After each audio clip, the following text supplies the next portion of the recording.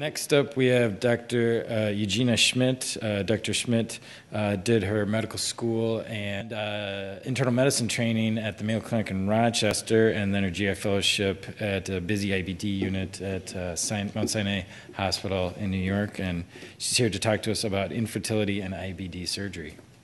All right. Well, thank you so much for having me participate in this course. I'm particularly delighted to talk to you about one of my favorite topics, fertility and IBD surgery. I have no disclosures to report. So I'm going to discuss female fertility, specifically in the setting of non-pouch and pouch surgery. I'm going to touch upon different surgical techniques, including open and laparoscopic techniques. I'm also going to talk about assisted reproductive technology and whether or not that may be useful for women who have undergone IBD surgery who are interested in becoming pregnant. I'm also going to talk about male fertility after IBD surgery and share some data with you about that. So this is a graph of the age-specific incidence of inflammatory bowel disease, ulcerative colitis, and Crohn's disease in the population of Rhode Island between 2008 and 2010. As you can see, the peak incidence of IBD diagnosis overlaps with prime childbearing years. So that's why this topic of fertility is especially relevant to our patients with IBD. So there was a really large study that was published by Ban and colleagues out of the United Kingdom looking at 10,000 women with IBD. And the goal of the study was to characterize these women's fertility. And the study was limited by its lack of laparoscopic technique and also its retrospective nature. They used live birth rates as a surrogate for fertility, and they tried to control for attempted conception by controlling for contraception use. And what they found was there is a significant relationship between flare at the time of attempted conception and actual ability to conceive. So you can see here in the bottom row here, there is a 33% decrease chance of getting pregnant in the setting of a flare compared to women who did not have IBD. And this is in contrast to only a 5% decrease in fertility in the setting of no flare.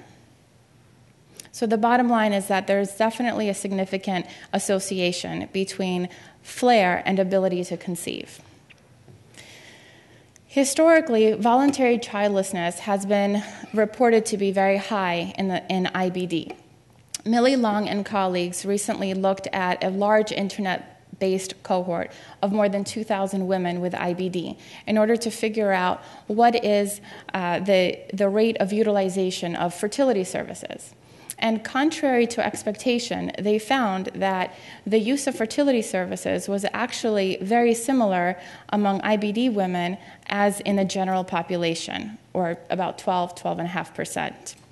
They noted two risk factors for the use of fertility services in this population. The first was age, which is not surprising, and the other is GI surgery. So going back to that study that I mentioned, the large database cohort study of more than 10,000 women with IBD, they specifically looked at the relationship between fertility and IBD-related surgery. And they found that IBD overall is associated with a 22% decrease in fertility compared to the general population. Now, if you look at that a little bit further, specifically at ulcerative colitis, it looks like non-pouch surgery does not seem to confer an increased risk in fertility. However, pouch surgery is associated with a 57% risk of infertility compared to the general population. There have been two meta-analyses that have specifically looked at this topic in the setting of open technique. There was one that was published in 2006 by Walji and colleagues, and then there was one in 2011, and that's the one that I'm presenting to you now. This involved 6 studies from between 1994 and 2004. These were largely small small studies looking at women who were asked to recall their attempted conception behaviors many years ago. And they found that there was a relative risk of 3.91 of infertility in the setting of open pouch surgery compared to women who were non-surgical with ulcerative colitis. And again, this meta-analysis was riddled with some issues, including very high heterogeneity. So how do we actually tease out the impact of ulcerative colitis from pouch surgery itself when it comes to infertility? Well, one way is we can look at patients with familial adenomatous polyposis, right? Because we know that these patients get pouch surgeries as well. So this paper looked at more than 200 women, Scandinavian women, and they looked at women who were non-surgical FAP patients, those who had ileorectal anastomoses, those who had pouch surgery, and compared them to a reference population of women who did not have FAP or undergo GI surgery. And they found that the only group with increased infertility was the one that underwent pouch surgery. So this helps support the idea that it's not really the ulcerative colitis specifically that's associated with infertility, but in fact it's the pouch surgery itself. So what about laparoscopic technique? There have been 2 papers published on laparoscopic technique as it relates to infertility, and this was all in the surgical literature. One was published in 2012, and this data comes from the Netherlands and Belgium. Pretty small sample size, 37 women, 20 underwent laparoscopic pouch surgery, 17 underwent open surgery. And they found that the rate of infertility at 12 months was 65% in the open group compared to 45% in the laparoscopic group, suggesting that there is a moderate benefit to the laparoscopic technique in terms of fertility. The other study was published just 1 year later and came out of France, and the study methods were a little bit different here. They looked at laparoscopic pouch surgery compared to women who had undergone laparoscopic appendectomies. There were 15 in the pouch group and 14 in the lap-appy group. And they found that, similar to the previous study, the infertility rate was about 41% at 12 months, compared to 29% in the lap-appy group. However, they followed these patients for 3 years, and they found that there was actually an overlap in terms of the fertility at that 3-year mark, suggesting that this infertility may just be temporary and becomes insignificant later. All right, but there is an elephant in the room that we cannot ignore, and that's the fact that there is no prospective data. So the knowledge that we have right now is based on very small studies that are just riddled with recall bias, and we really need more in order to appropriately counsel our patients.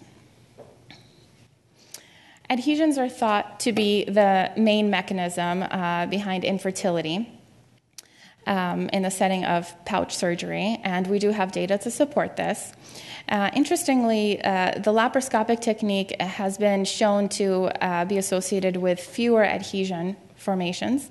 In fact, the laparoscopic technique is associated with about half the amount of adhesions that are formed in the open approach, even when adhesion barrier is used. So what can we offer our patients who, say, undergo pouch surgery and who are interested in having children? Well, the very good news is that assisted reproductive technology does seem to work in women who have undergone pouch surgery.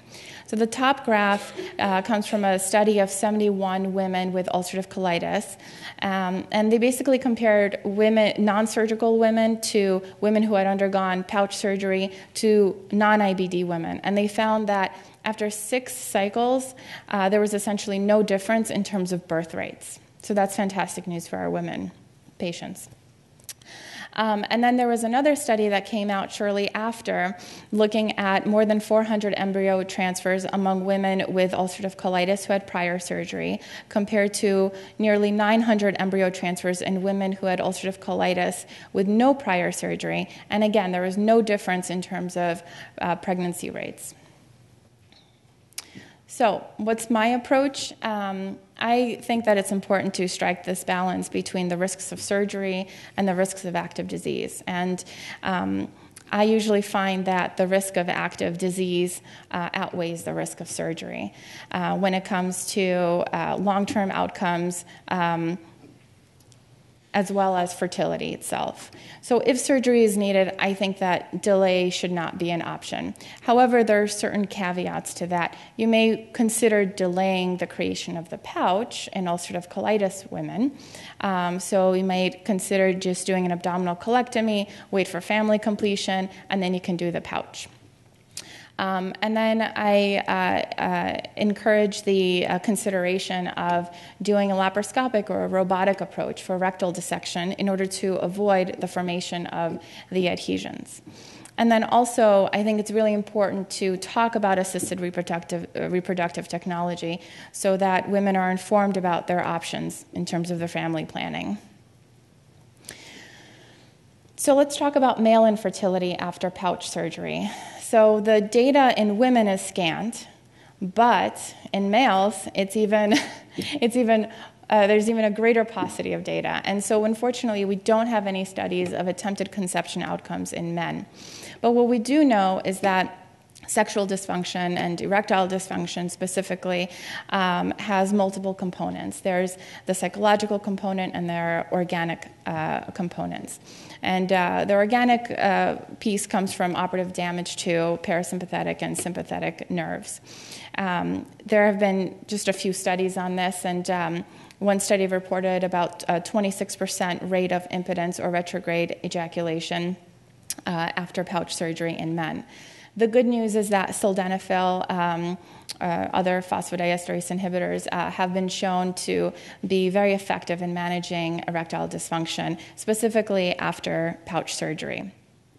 Now, there's another side to that coin, and it's the fact that surgery can actually improve sexual function too, because you're removing certain aspects that may be affecting erectile function, such as psychological factors, including depression, as well as fatigue and the medications that they would otherwise have to take. And very interestingly, after pouch surgery, sexual dysfunction rate was reported to be only 3.6%. Perhaps this is pouch surgery might actually not confer a very high risk for sexual dysfunction in men after all. So in summary, it's important to remember that both active inflammation as well as rectal dissection likely decrease fertility in women.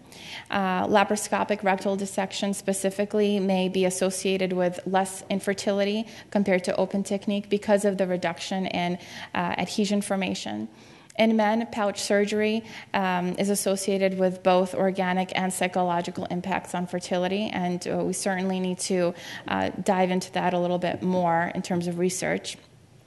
And the good news is that assisted reproductive technology is an excellent option for women with IBD undergoing surgery. I also wanted to mention that here at the University of Minnesota, I'm excited that we're going to have an inflammatory bowel disease preconception pregnancy planning clinic that we will be offering women who are interested in becoming pregnant or who are already pregnant. They will be seen by myself as well as a maternal fetal medicine doctor to help counsel them through their family planning. That's it.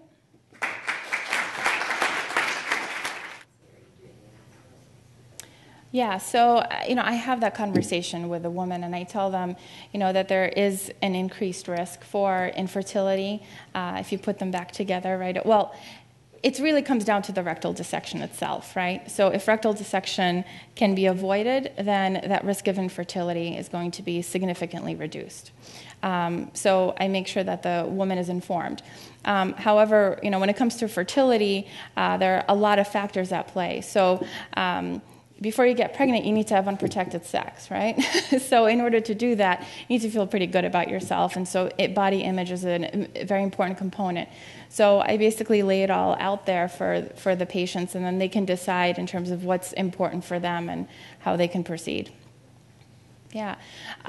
So I think it's important to preserve that sphincter, obviously. But there really isn't data to suggest that you need a mandatory C-section and that vaginal delivery cannot happen. If there is a concern for sphincter compromise during the delivery, then generally the MFM doctor will have a lower threshold to convert to C-section. But I think that in the usual state, natural vaginal delivery can be attempted. Excellent. Thank you. All right, thanks.